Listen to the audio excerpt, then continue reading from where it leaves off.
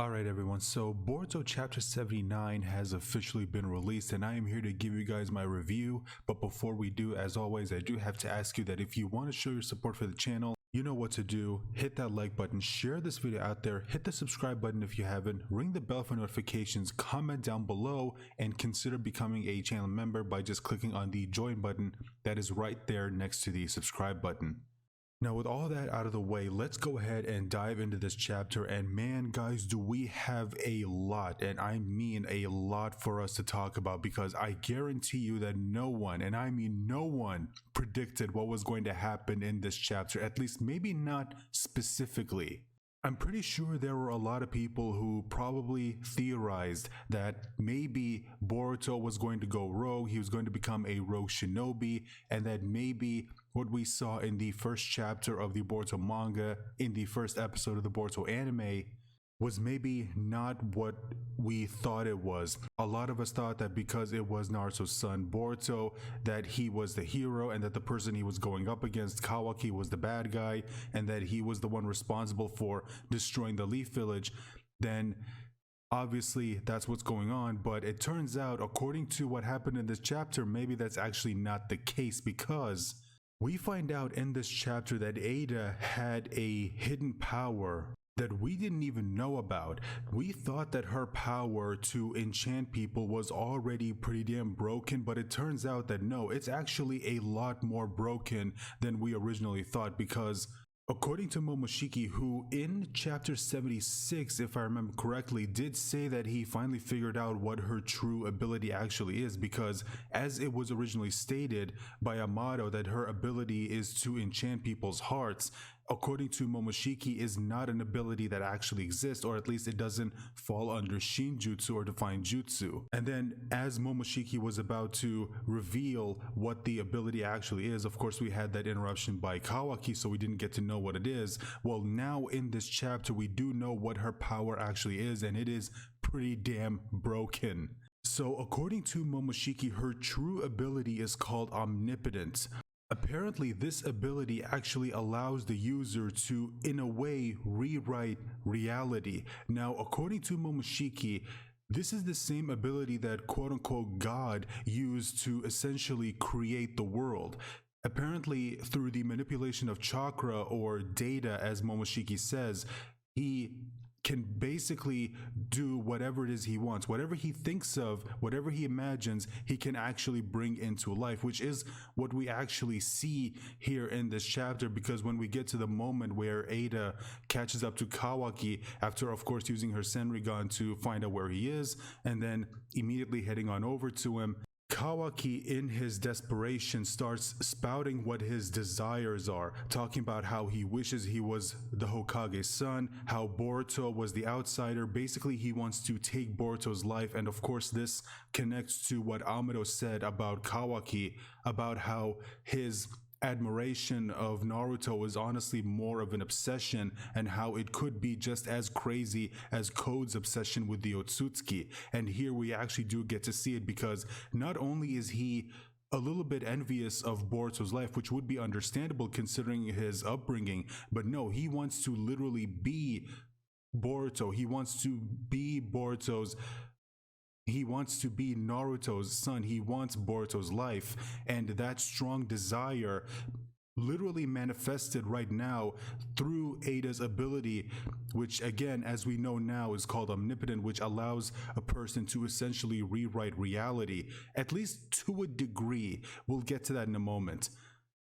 So Eida then showcases her power. She is shown grabbing Kawaki's head, putting her fingers on his temple, and then immediately starts floating, and we see this aura of chakra around her, and then it immediately shoots up into the air, and we see of course the pattern of her Senrigan, the crescent moon and the smaller moon within it, and it just shoots all across the planet and even a little bit into space, which, if you think about it, that is an enormous amount of chakra. This panel shows us just how much power Eida actually has, and we get to see now just how powerful these siblings actually are. And remember, it's stated that Damon is even stronger than Eida, so just how much chakra does this kid even have? Once we see that happen, then we get to see the big plot twist of the chapter, and the plot twist that I guarantee you, again, a lot of people did not see coming. So apparently through this ability, Eida rewrote people's memories. According to Momoshiki, she used this ability to essentially manipulate people's chakra into making them believe something that is completely different to what actually happened. And the only people who weren't affected seem to be Boruto, Kawaki, and Sarada. Now, I've already seen a lot of people theorize that maybe Sasuke was also unaffected. Personally, for me, I think that that might also be the case, and I'll make a different video explaining why I believe that's the case. For now, it's confirmed that Boruto, Kawaki, and Sarada are not affected by this, because Sarada is confused when the Jonin who are out there and supposed to be looking for Kawaki are instead reporting Boruto's location. And then Mitsuki and Sarada find Boruto, and then Mitsuki warns Sarada to move away because he can't really guarantee her safety. And that's when we see Sage Mode Mitsuki for the first time in the manga. He attacks Boruto, although it doesn't really last for very long, so I'm pretty sure a lot of people are probably a little bit disappointed that the fight didn't last just a little bit longer than it did. And then Sarada is shown being confused as to why this is happening, and that's when we get the information from Momoshiki about what actually happened, which is, as I said, her ability, what it actually is. And we also get some interesting bits of information, which is that she apparently has no control over this ability, and that this ability can manifest people's desires into reality. And apparently it's also hinted, it's just hinted that maybe that's why people just immediately fall for Eida the second they look at her, because Eida herself unknowingly manifested her own desire of wanting to be loved. And because, according to Momoshiki, she has no control over it, she can't just turn it off whenever she wants to.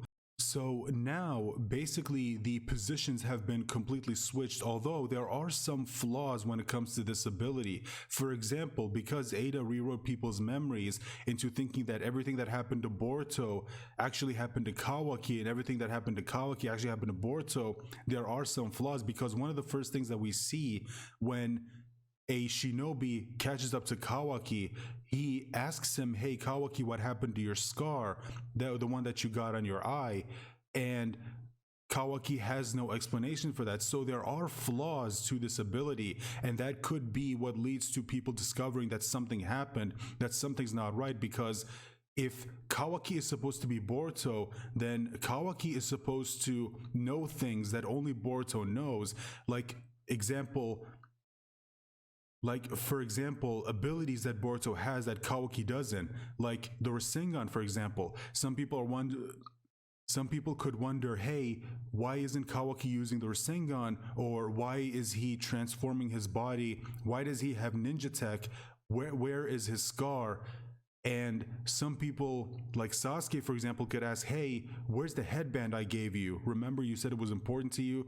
And where is your scar? So those little details could be what lead to people, for example, in my opinion, Sasuke and Shikamaru, to discover that something's wrong, something didn't happen, because it is established, obviously, that they are the two smartest people in Konoha. So I think that if anyone were to figure out what's going on first, it would be those two, and maybe even Amado, because Amado, which it's interesting because according to Momoshiki, Amado didn't even know what was happening, which is really interesting because Amado, of course, falls into the whole trope of the mad scientist messing with powers that he doesn't really understand, and because of that gives birth to something that is really dangerous, which is kind of what happened here with Amado when he transplanted Shibai's DNA to Eida. He didn't know that he basically gave her this incredibly broken ability.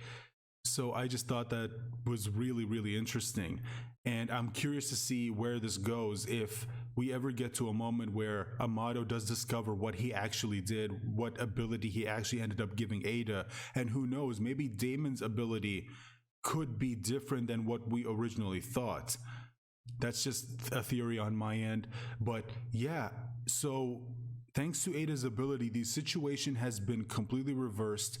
And Kawaki, not only did he basically take Boruto's life, he also convinced Eida, who in this chapter I thought was really interesting, because when she was talking to Kawaki and Kawaki was saying all these things like he wants Boruto's life, how he wants Boruto to be an outsider so he could kill him without people feeling any sort of remorse for him, we see in this manga chapter that Eida is slowly starting to possibly figure out that Kawaki isn't really all there. You know what I mean? That Kawaki is slowly revealing himself to be a little bit unhinged, and I am curious to see where they take that story. If maybe at some point they have Eida realize that, okay, I made a mistake, I was so desperate to be loved by someone that I ended up picking someone who I didn't even know was a little bit unhinged, and maybe that could be what leads to a possible redemption arc for Eida, and maybe her utilizing her ability to in a way reverse what she already did, through of course the help of Boruto, because again it was stated that she doesn't have any control over her ability because she's not an Otsutsuki. She doesn't have an understanding of abilities that Otsutsuki just inherently have.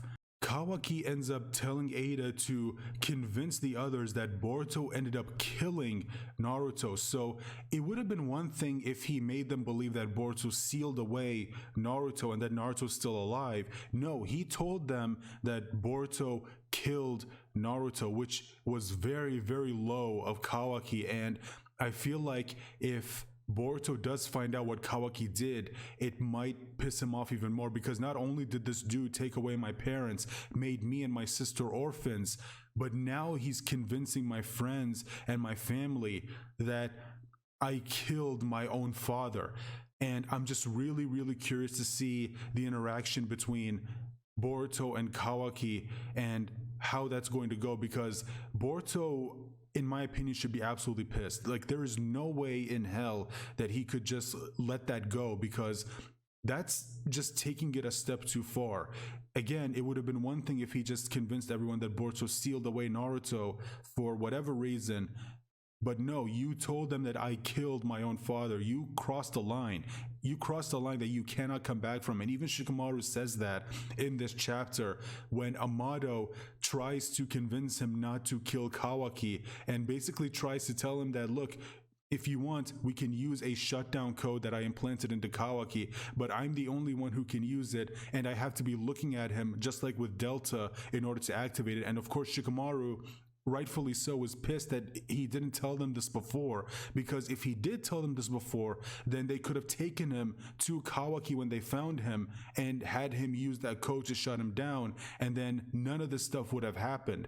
But because Amado consistently keeps secrets, because he consistently is not telling them the truth, things just keep getting worse and worse, and now it looked like it's about to bite Amado, because Kawaki was this close to being killed, and Amado even realized that, because we see in this really well-drawn panel him basically begging Shikamaru to not do it, but Shikamaru's telling him like, no, it's too late, this dude crossed the line.